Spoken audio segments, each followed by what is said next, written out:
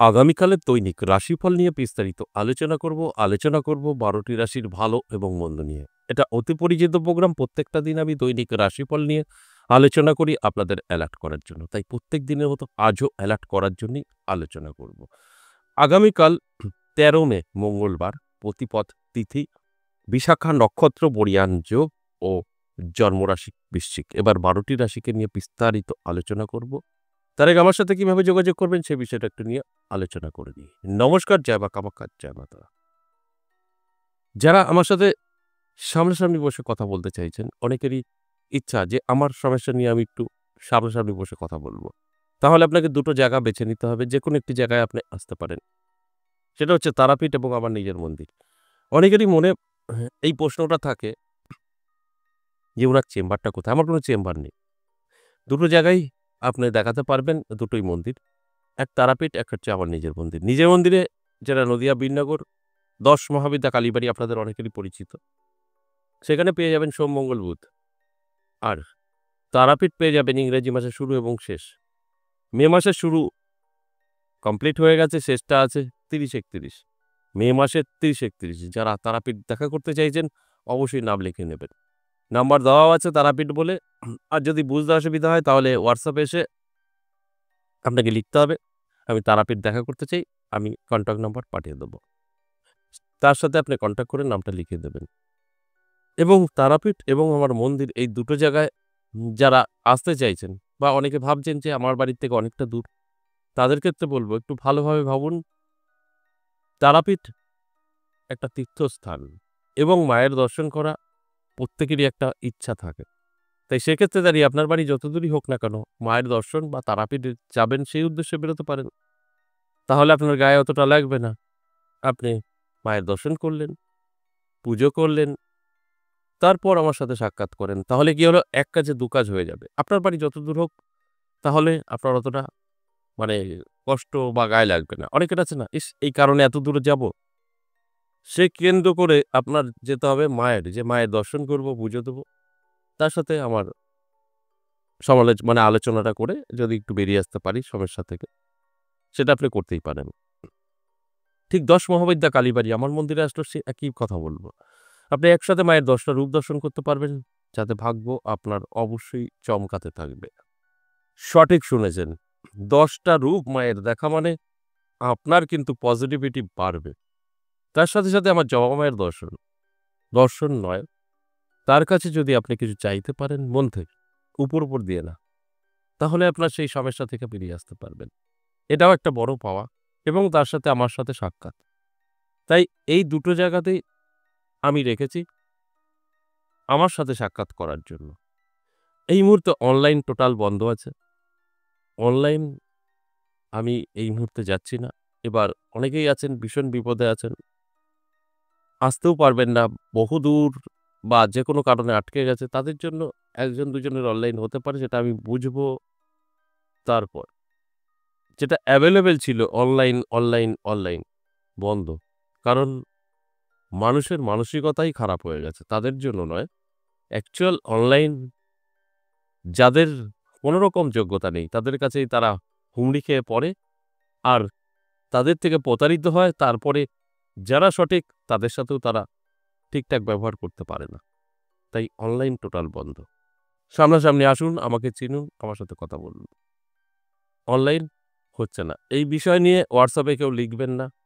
দাদা আমার কি হলো? আমার এটা দেখে দিন, বলবেন না। টোটাল বন্ধ তো বন্ধ। আপনার যদি প্রয়োজন থাকে কষ্ট করে আসতে হবে তারাপীঠ বাবার মন্দির, নদিয়া বীরনগর।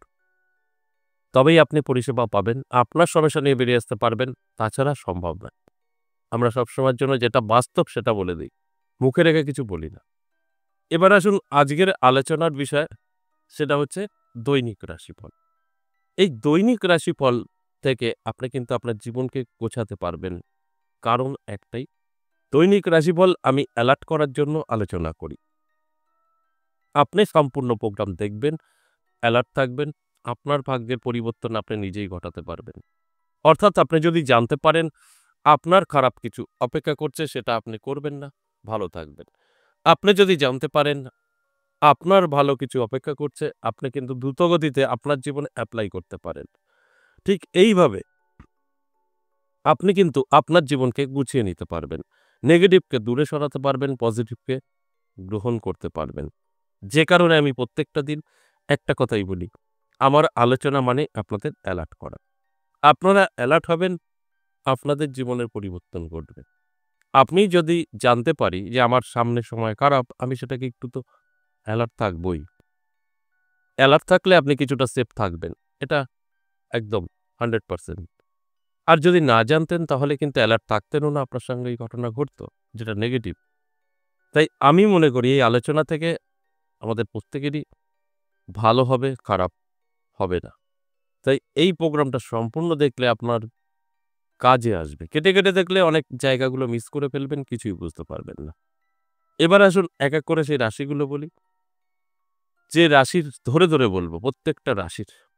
তাতে আপনারা বুঝতে পারবেন আপনার ভালো সময়, আপনার খারাপ সময়। সেইভাবে চলবেন। ভালো সময় যাচ্ছে তো ভালোভাবে চলবেনই। যাদের খারাপ সময় তারাও এটা কিন্তু এড়িয়ে যাওয়ার চেষ্টা করবেন। তাহলে সম্পূর্ণ সেফ থাকলেন। মেষ রাশির আমি বলব যথেষ্ট শুভ সময় থাকছে, পজিটিভ সময় থাকছে। মেষ রাশির জাতক-জাতিকাদের উদ্দেশ্যে বলব, অ্যালার্ট থাকুন, চোখ কান খোলা রাখুন।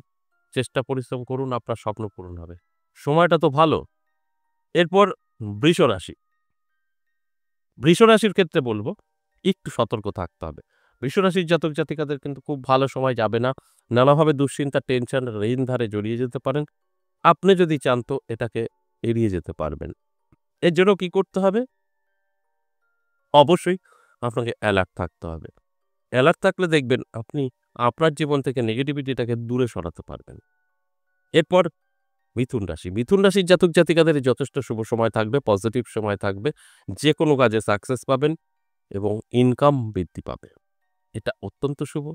আর এই শুভ সময়গুলো শুভ কাজে ব্যবহার করলে সেই জায়গা থেকে বেনিফিট আমরা পাবোই পাবো।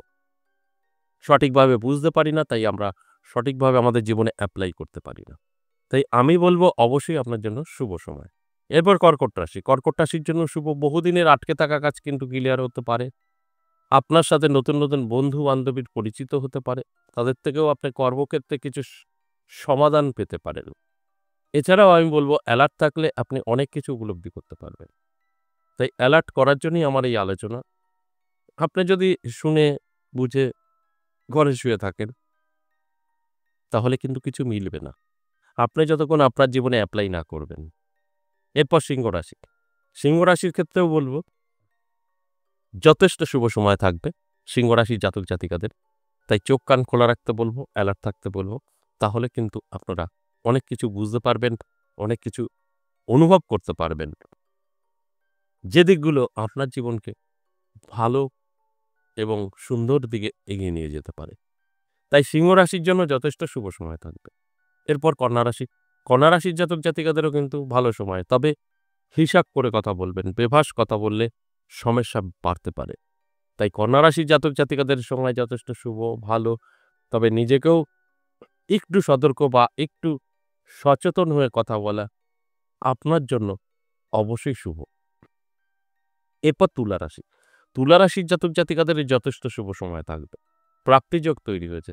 তাই আমি বলব অ্যালার্ট থাকুন। কোনো না কোনো দিক থেকে কিন্তু অর্থ এসে ধরা দিতেই পারে। আপনার অ্যালার্ট থাকার উপরে কিন্তু নির্ভর করবে আপনার কতটা প্রাপ্তি ঘটতে পারে। তাই চোখ কান খোলা রাখুন, অ্যালার্ট থাকুন। এরপর বৃশ্চিক রাশি। বৃশ্চিক রাশির জাতক-জাতিকাদের একটু সতর্ক থাকতে হবে। উৎকট ঝামেলা, টেনশন, দুশ্চিন্তা, কেস-কামারি এগুলো হয়ে যেতে পারে। এর জন্য আপনাকে কি করতে হবে? অবশ্যই অ্যালার্ট থাকতে হবে।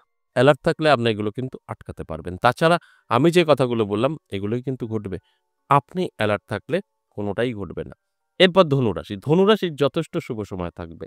ধনুরাশির জাতক-জাতিকাদের উদ্দেশ্যে বলব, চোখ কান খোলা রাখুন, অ্যালার্ট থাকুন। আপনারও কিন্তু প্রাপ্তিযোগ তৈরি হয়েছে। নানাভাবে আপনারও কিন্তু প্রাপ্তি ঘটতে পারে। আর এই প্রাপ্তি থেকে আপনার ভাগ্য বদলাতে পারে। এজন্য আমার কাজটাই হচ্ছে অ্যালার্ট করা। তাই আমি অ্যালার্ট করার চেষ্টা করছি। এরপরের দায়িত্ব কিন্তু আপনার। এরপর মকর রাশি। মকর রাশির জাতক-জাতিকাদের যথেষ্ট শুভ সময় থাকবে। মকর রাশির জাতক-জাতিকারা যারা আছেন আমি বলব অ্যালার্ট থাকুন, চোখ কান খোলা রাখুন। আপনার জন্য যথেষ্ট শুভ। আর এই শুভ সময়টা শুভ কাজে ব্যবহার করবেন। অবশ্যই আপনার জীবনে উন্নতি করতে পারবেন। এরপর কুম্ভ রাশি। কুম্ভ রাশির জাতক জাতিকাদেরও কিন্তু যথেষ্ট ভালো সময় থাকবে। আটকে থাকা কাজ ক্লিয়ার হবে, সম্পর্ক মজবুত হবে। সেটা স্বামী-স্ত্রীর মধ্যে হতে পারে, লাভ রিলেশনে হতে পারে। যেটা এতদিন সমস্যা তৈরি করছিল, সেগুলো থেকে কিন্তু আপনি বেরিয়ে আসতে পারবেন। কারণ আপনার সময়টা যথেষ্ট শুভ। সর্বশেষ মীন রাশি। মীন রাশির জাতক জাতিকাদেরও কিন্তু প্রাপ্তিযোগ তৈরি হয়েছে। নানাভাবে কিন্তু আপনার কাছে অর্থ হাতে এসে ধরা দেবে। তাই অ্যালার্ট থাকাটা আপনার জরুরি। অ্যালার্ট না থাকলে আপনি কিন্তু এগুলো উপলব্ধি করতে পারবেন না। তাই অ্যালার্ট থাকুন, চোখ কান খোলা রাখুন। আপনার দেখবেন কোনো না কোনো দিক থেকে প্রাপ্তি ঘটবেই ঘটবে। নানাভাবে অর্থ আকর্ষিত হয়ে আপনার কাছে এসে ধরা দিতে পারে। এই যে আলোচনা করলাম ১২ টি রাশিকে নিয়ে, এটা সম্পূর্ণ এভারেজ এবং সর্বজনীন। এক্ষেত্রে 50% জাতক জাতিকাদের লাভবান হবেন, মিলবে। আর 50% জাতক জাতিকাদের নাও মিলতে পারে। আমি প্রত্যেকটা দিন এই কথাটা বলি। আশা করি বুঝতে পেরেছেন। আজ এ পর্যন্তই। আবারও আসবো নেক্সট ভিডিও নিয়ে। ততক্ষণ ভালো থাকুন। নমস্কার।